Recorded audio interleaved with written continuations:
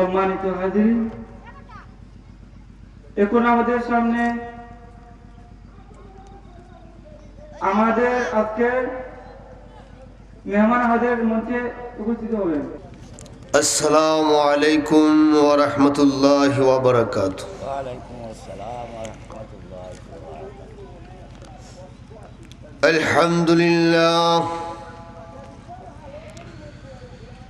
আলহামদুলিল্লাহ নাহমাদুহু ওয়া নাস্তাঈনুহু ওয়া নাস্তাগফিরুহু ওয়া নু'মিনু বিহি ওয়া নাতাওয়াক্কালু আলাইহি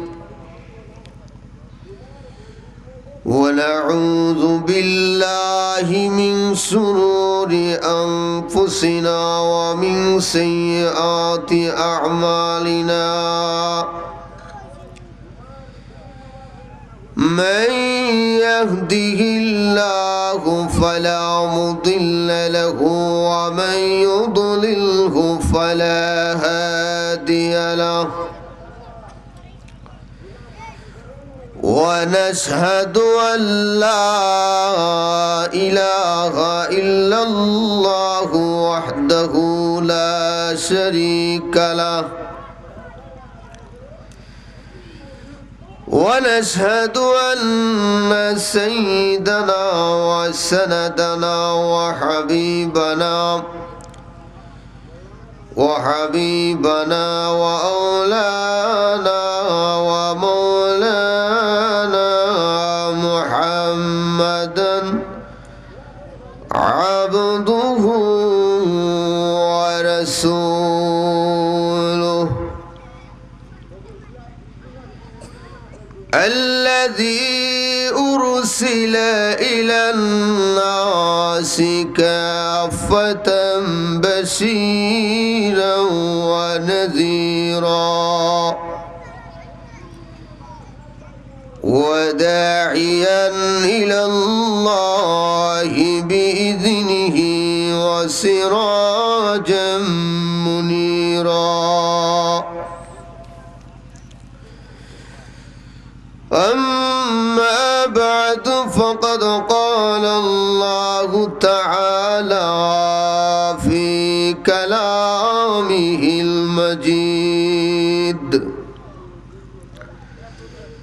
وفي فرقانه الحميد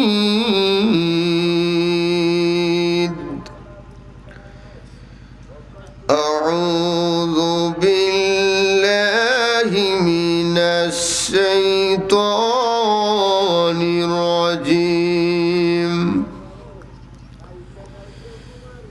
بسم الله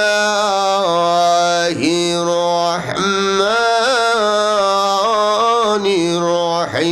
الرحيم وعباد الرحمن الذين يمشون على الأرض هونا وإذا خاطبهم الجاهلون قالوا سلاما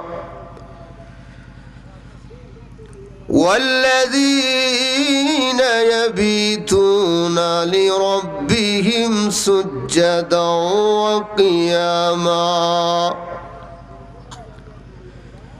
والذين يقولون ربنا اصرف عنا عذاب جهنم إن عذابها كان غراما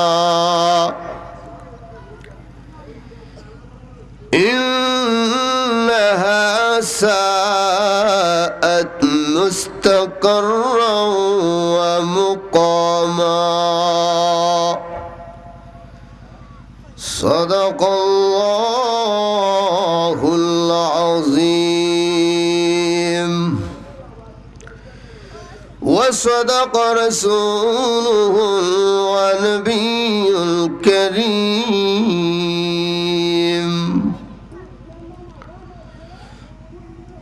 أعوذ بالله من الشيطان الرجيم بسم الله الرحمن الرحيم ما كان محمد أبا أحد من رجالكم ولكن رسول الله وخاتم النبيين وكان الله على كل شيء عليما إن الله وملائكته يصلون على النبي يا أيها الذين آمنوا صلوا عليه وسلموا تسليما اللهم صل على سيدنا مولانا محمد وعلى آل سيدنا مولانا محمد جر اللهم صل على مولانا محمد وعلى آل سيدنا مولانا محمد تعفت قل النبي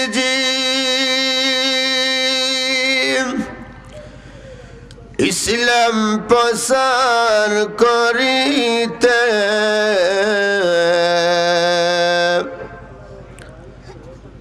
তাই বসিলা বুঝিয়া মারল পাথর আমার দয়াল নবীর গায়েতে আল্লাহুম্মা সাল্লি আলা مولانا محمد وعلى آل سيدنا مولانا محمد মদিনারি পাখি যদি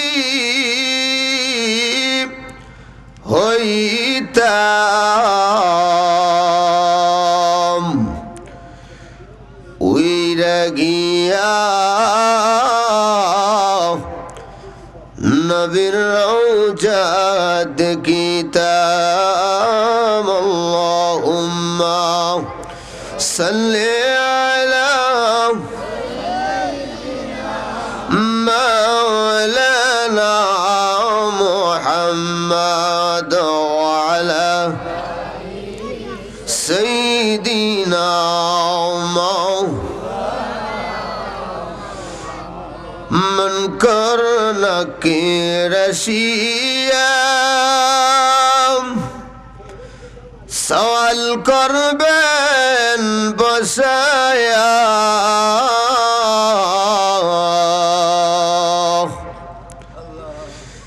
না দিতে পারলে সওয়ালের জবাব শুরু হবে কবরের আযাব আল্লাহুম্মা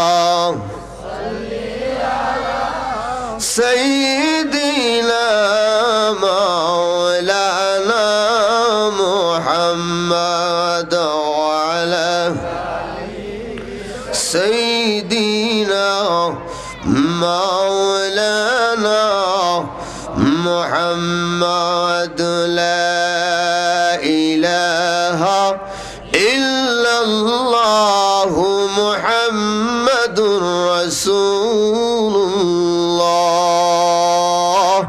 সাল্লাল্লাহু আলাইহি ওয়াসাল্লাম পশ্চিমবঙ্গ ইসলামী সমাজ কল্যাণ পরিষদের উদ্যোগে আজকে তাফসিরুল কুরআন মাহফিলের অত্যন্ত শ্রদ্ধাভাজন সভাপতি মুআজ্জাজ মুকাররম উলামায়ে কেরাম, উপস্থিত প্রাণপ্রিয় মুসলমান ভাইয়েরা, পর্দায় অবস্থানরত সদ্য মা বোনেরা, আল্লাহ তাবারাক ওয়া তাআলার কাছে অসংখ্য অগণিত শুকরিয়া আদায় করি যে আল্লাহ পাক আপনি আমাকে কালামের পাকের তাফসীর হাদিসের ব্যাখ্যা শোনার জন্যে এই প্যান্ডেলের নিচে আসার তৌফিক দান করেছেন। আপনি আমাকে আল্লাহ হায়াত বাড়িয়ে দুনিয়ার সমস্ত বাজে কাজ থেকে হেফাজত করে, অশ্লীল কাজ থেকে, কঠিন আর জটিল বেমার থেকে আল্লাহ দয়া এবং মায়া করে কোরআন এবং হাদিসের আলোচনা শোনার, আমাকে করার, আপনাদেরকে শোনার তৌফিক দান করেছেন। এজন্য আল্লাহর কাছে জুড়ে সুরে শুকরিয়া আদায় করি, বলি আলহামদুলিল্লাহ। আর একটু জুড়ে বলেন আলহামদুলিল্লাহ। আল্লাহ বলেন, বান্দা বান্দি যখন আমার শুকরিয়া আদায় করে আমি তার নিয়ামত আরো বাড়াইয়া দেই, যখন না শুকরিয়া করে তখন আমি তার পক্ষ থেকে ছিনিয়ে নিয়ে যাই। আল্লাহর পয়গম্বর মুসা নবীর আমলে এক বুড়ি, কুড়ের ঘর, বাঙ্গা ঘর, মুসা নবী আল্লাহর কাছে তুর পাহাড়ে রওনা দিয়েছেন, আল্লাহর সাথে মোলাকাত হবে, কথাবার্তা হবে। বুড়ি রাস্তায় পায়া জিজ্ঞাসা করলেন, ওগো আল্লাহর নবী মুসা, আল্লাহর কাছে একটু দোয়া করবেন, আল্লাহ যেন আমাকে ধনী বানায়া দেয়। মুসা কইল, ঠিক আছে, দোয়া করব। তুর পাহাড়ে যাওয়ার পরে আল্লাহর কাছে যখন বললেন, আল্লাহ ওই বুড়ি বলেছে ওনার জন্য দোয়া করার জন্য, আপনি ওনাকে ধনী বানায় দেওয়ার জন্য। আল্লাহর পক্ষ থেকে জবাব আসলো, তাকে যে অবস্থা রাখা হয়েছে তাকে বলো এই অবস্থায় আমার শুকরিয়া আদায় করত। সুবহানাল্লাহ কোন? যখন ফিরত আইয়া আবার বুড়িরে ফাইল, জিজ্ঞাসা করলো, কি বলেছেন আমার কথা? বলে, হ্যাঁ বলছি। মুসা আলাইহিস সালাতু ওয়াস সালাম বললেন, ওগো বুড়ি, আল্লাহ বলেছেন যে অবস্থায় তুমি আসো এই অবস্থায় আল্লাহর শুকরিয়া আদায় করার জন্য। ওই বুড়ি ডাক দেয়, সম্পদ নাই, টাকা নাই, পয়সা নাই, কিছু নাই, পরনে কাপড় নাই, কি শুকরিয়া আল্লাহর আদায় করব? ঠিক না? আল্লাহর নবী মুসা বলেন, ওগো বুড়ি, আল্লাহ বলেছেন শুকরিয়া আদায় করার জন্য। এখন যদি তুমি শুকরিয়া আদায় না করো, এটা তোমার ব্যাপার, আমার বিষয় নয়। আল্লাহর নবী মুসা যখন রাস্তা হেঁটে যান, কিছু দূর যাওয়ার পরে আল্লাহ এমন ঘূর্ণিঝড় দিয়েছে, বুড়ির কুরের ঘরটা উড়াইয়া নিয়ে গেছে। গজব নাজিল হয়েছে। কেন? শুকরিয়া না করার কারণে।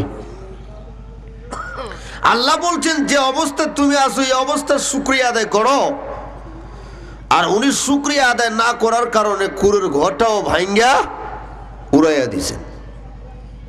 ঠিক কিনা? তাহলে আমরাও যে অবস্থায় আছি এই অবস্থা যদি আল্লাহর শুকরিয়া আদায় করি, তাহলে আল্লাহ আমাদেরকে আরো বাড়ায়া দিবেন। অনেকে আমাকে বিষয় দেওয়া হয়েছে নামাজের ফজিলত, জামাতি নামাজ আদের ফজিলত কি, তার গুরুত্ব কি বোঝায়। অনেকে মনে করি অর্থ সম্পদ নাই, টাকা নাই, পয়সা নাই, গরিব মানুষ, নামাজেরও টাইম নেই। নামাজ পড়ব কোন সময়? আল্লাহ ধনী বানাই দিলে তো নামাজ পড়তে পারতাম। আপনাদের কাছে প্রশ্ন হইল, হামান, ফেরাউন, কামান, উতবা, সাইবা, আবুল আহাব তারা কি ধনী ছিল না গরিব ছিল? কথা বলেন। ধনী ছিল, তারা কি নামাজ পড়ছে? তাহলে ধনী হইলি নামাজি হবে এইরকম কোন প্রশ্ন আছে? নাই। যে যত বড় সম্পদশালী হবে তার হিসাবও আল্লাহর কাছে এতটুকু হবে। আর হিসাব যদি কম হতে হয় তাহলে ঝামেলা কমাও, স্ত্রী বি বাচ্চার ঝামেলা, অর্থ সম্পদের ঝামেলা কমাও, তাহলে অবশ্যই আল্লাহর কাছে হিসাবও হবে হালকা, আর না হলে বেশি হিসাব হবে। এই নামাজের ফজিলত বলতে যাইয়া আল্লাহ কোরআন শরীফেও বলেছেন যে নামাজ, রোজা, হজ, যাকাত যা কিছু আছে সব কার জন্য? আল্লাহর জন্য। মানুষের জন্য না আল্লাহর জন্য? আল্লাহর জন্য। আল্লাহ বলেন, ইন্না সালাতি ওয়া নুসুকি ওয়া মাহিয়ায়া ওয়া মামাতি লিল্লাহি রাব্বিল আলামিন।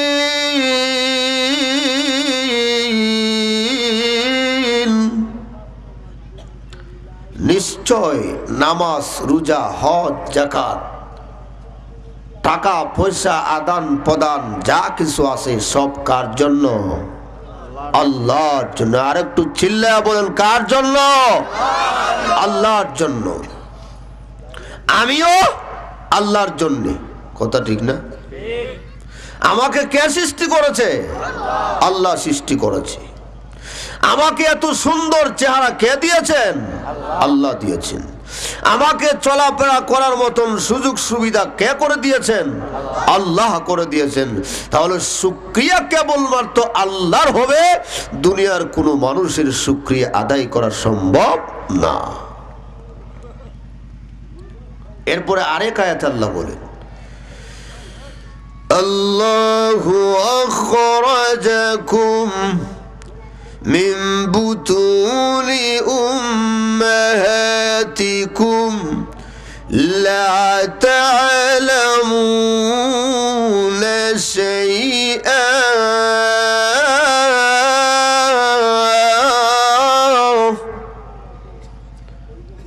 আল্লাহ বলেন, তুমি নিরাকার ছিলে, কোনো আকার ছিল না। তুমি এমপিও ছিলে না, মন্ত্রীও ছিলে না, চেয়ারম্যানও ছিলে না, মেম্বারও ছিলে না, কোন দলের নেতাও ছিলে না। কিন্তু আমি আল্লাহ তোমাকে তোমার মার পেটের ভিতর থেকে বাহির করে আইনা দুনিয়াতে যখন চাললাম তখন তুমি এমপি, মন্ত্রী, চেয়ারম্যান, মেম্বার, নেতা, খেতা যা আছে সব হইছ। ঠিক কিনা?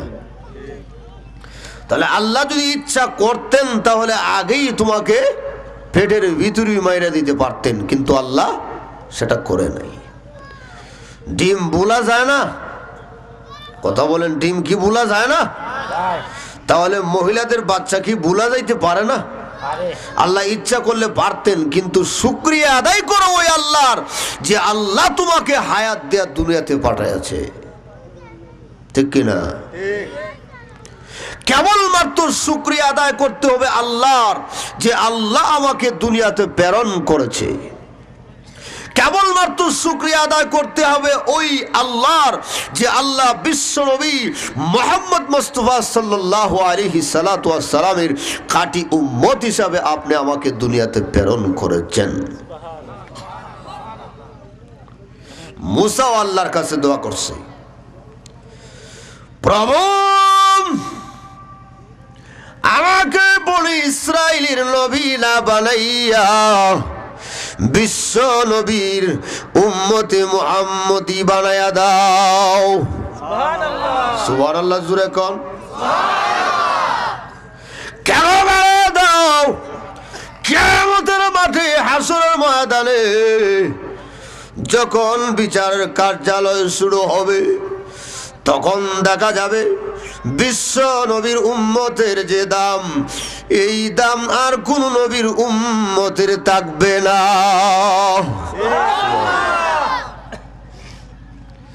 প্রভু গো আমাকে তুমি বিশ্ব নবীর উম্মত বানায়া দুনিয়াতে পাঠাইলে তো ভালো হইতো।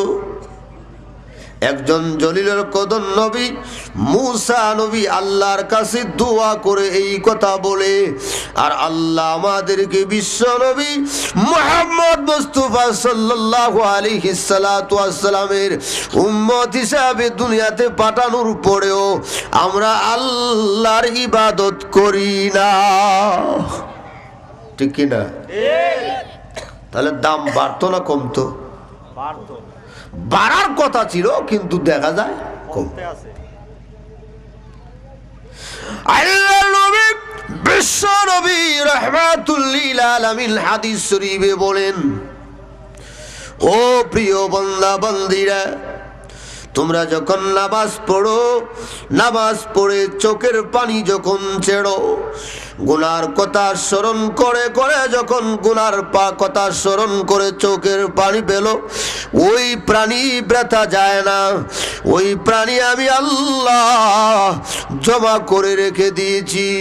জাহান্নামের আগুন যখন লেলি কান জিব্রা বাড়ায়া সামনের দিকে আসবে কিয়ামতের মাঠে হাসরের ময়দানে, তখন দেখা যাবে জাহান্নামের আগুন সামনের দিকে যাবে। সামনের দিকে যখন যাবে রে বান্দা, তখন দেখা যাবে আগুনকে কেউ সামলায়া রাখতে পারবে না। দুজকের জলিল দিয়া আগুনকে পিছনের দিকে টানা হবে, ওই আগুনকে সামলানো সম্ভব হবে না। দেখা যাবে এমনি গ্লাসের মধ্যে পানি নিয়া আল্লাহ ওইভাবে জাহান্নামের আগুনের মধ্যে সিটা মেরে দিয়েছে, আর জাহান্নামের আগুন লিবে গেছে। কিয়ামতের মাঠে হাসরের ময়দানে উম্মতে মুহাম্মদী যারা, তারা বলবেন, ওগো আল্লাহ, দেখলাম জাহান্নামের আগুন লেলিকান জিব্রা বাড়ায় সামনের দিকে আসতেছে, ওই আগুনটা আবার লিবে গেল কেন? এটা কোন পানি দিয়েছো? এটা কি আবে কাউসারের পানি না জমজমের পানি দিয়েছো? আল্লাহর পক্ষ থেকে জবাব আসবে, ওরে বান্দারা শুনে রাখো, এটা জমজমের পানি নয়, এটা আবে কাউসারের পানি নয়। রাত্রের বেলা ঘুম থেকে উঠে যে আল্লাহর কাছে দোয়া করে চোখের পানি ছেড়ে ছেড়ে আল্লাহর কাছে কেঁদেছো, ওই পানি আল্লাহ জমা করে রেখে দিয়েছে। আর জমা করে রাখার পরে ওই পানি যখন জাহান্নামের আগুনের উপরে ফেলে দিয়েছে, আল্লাহ জাহান্নামের আগুন পর্যন্ত লিভাইয়া দিয়েছে। তাহলে নামাজ পড়ে আল্লাহর কাছে দোয়া করলে মান সম্মান বাড়ে না কমে? আমরা পড়ি না কেন? কেন পড়ি না? সবাই কি বিশ্ব নবীরে মহব্বত করেন? কথা বলেন না? যারা কথা বলেন তারা মনে মহব্বত করে না, ঠিক না? বিশ্ব নবী কি মহব্বত করেন, কিন্তু নামাজ পড়ি না, ঠিক না? বিশ্ব নবীকে মহব্বত করি কিন্তু সুদ খাই নাই। বিশ্ব নবীকে মহব্বত করি আবার ঘুষ খাই, তাহলে মহব্বত কোথায় হইল? কোন জায়গায়?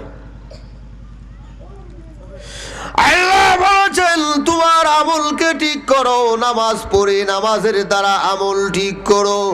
আর নামাজ যদি না পড়ো তোমার আমল ঠিক হবে না। টেলিভিশন দেখলে কি আমল ঠিক হয় না? নামাজ পড়লে ঠিক হয়? নামাজ পড়লে। এক হাদিসে রাসূল বলেন, শীতের মৌসুমে দেখবেন গাছের পাতা থাকে না, থাকেনি? গাছের পাতা সব ঝরে যায়। বিশ্ব নবী বলেন, ওরে উম্মতে মুহাম্মদীরা জেনে রাখো, পাঁচ ওয়াক্ত নামাজ জামাতের সাথে যারা আদায় করবে আল্লাহ তার গুনাহকে এমন ভাবে মুছে দেয় যেভাবে গাছের পাতা জড়িয়া পড়ে এমন ভাবে গুনাহগুলি জড়িয়া যায়। তাহলে নামাজ পড়বো না কেন? নামাজ কেন পড়ি না?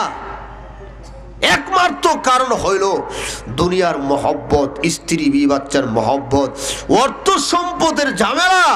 এই জন্য নামাজ পড়তে আমার মন ওই দিকে উদাসীন হয় না, ঠিক না? এক বেটা জলিলুল কদর সাহাবী, জলিলুল কদর নবী মুসা নবীর কাছে গিয়া বলেন, ওগো আল্লাহর নবী মুসা, আমি তো দরিদ্র মানুষ, তো আমার কাছে টাকা পয়সা নাই, অর্থ সম্পদ নাই, জীর্ণ শীর্ণ গড়ে থাকি, তা আমার জন্য একটু দোয়া করুন না আল্লাহর কাছে। হে বেড়া নিজেও নামাজও বইয়া আল্লাহর কাছে দোয়া করে, রব্বানা আতিনা ফিদ দুনিয়া হাসানাতাও, এতক্ষণ পর্যন্ত কইয়া শেষ, এরপরে আর যায় না। কারণ আল্লাহ দুনিয়া চাই, আখিরাত চাই না। কথা বুঝছেন? রব্বানা আতিনা ফিদ দুনিয়া হাসানাতাও, অতক্ষণ কই শেষ, এরই বাজু আর যায় না। কেন যায় না? এরই বাজু হইল وفي الآخرة حسنة وقنا عذاب النار।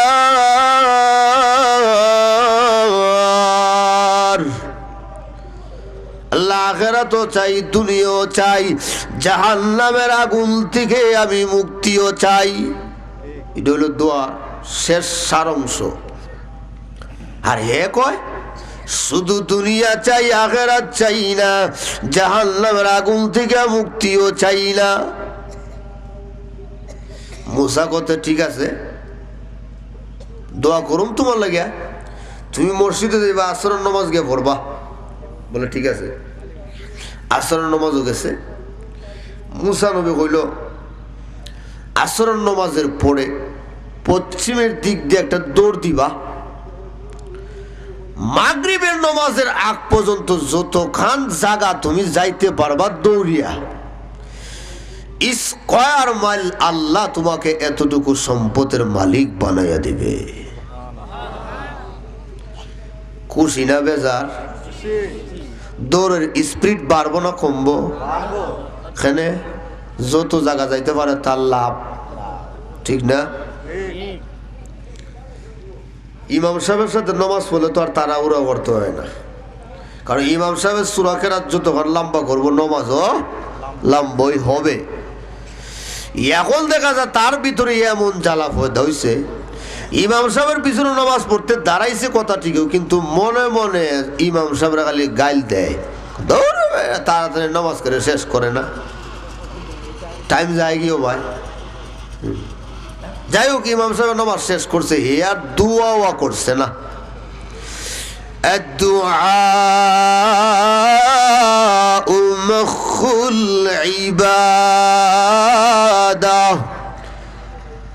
সমস্ত ইবাদতের মূল হইল দোয়া, ঠিক না? এ দোয়াই করছে না, দোয়া সারা মসজিদ থেকে বাইরে দৌড়, জুতা সারা, জুতাও তা নিছে আর মনে নাইতা এমন দৌড় দিয়েছে। দৌড় যখন দিয়েছে, সন্ধ্যা যত গনে আসে তার দৌড়ের স্পিড আরো বাড়ে। কিছু জায়গা যাওয়ার পরে ওই যুবক ডাক দেয়া বলে, তুমি কি পেরেশানি আমার দূর করবা?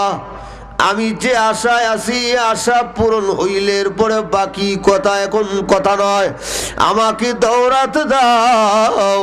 আমি যতটুকু যেতে পারি আমার লাভ, তুমি তোমার লাভ লইয়া এই দিকে যাও আর আমি পশ্চিম দিকে যাই। কারণ আল্লাহ নবী মুসা বলেছেন, যতটুকু জায়গা আমি যেতে পারি স্কয়ার মাইল আমাকে সম্পদের মালিক বানায়া দেওয়া হবে। এমনি বুড়া বেড়ারে ধাক্কা মারি দিছে।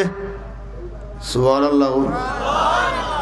বুড়া বাড়া আসলে শক্তি আছে এর লাগে ধাক্কা মারছো, অসুবিধা নাই। ধাক্কা দিলে কোনো অসুবিধা নাই, শক্তি আল্লাহ দিছে, ধাক্কা দিবা। এখনো দেখবেন সমাজের মধ্যে যুবক যখন হয়, আরে বাবা শক্তি আড়ে না, বুড়া মানুষের চৌকো লাগে না, খনি দিয়া ঢেকায় ঢুকাইয়া যায় কি, আছে না এরকম? এখন বুড়া বেড়া হয় দেখা যখন মারসতে মজাটা তোরে ইকাই দেই, এমনি হয় তুই যে আমার দেখা দিলে চিনছ তো আমি কেডা? চিনছি, ফকিরার ঘরের ফকিরিয়া। তোরা চিনছি, তুই ফকিরার ঘরে ফকির, আর কেডা তুই? আচ্ছা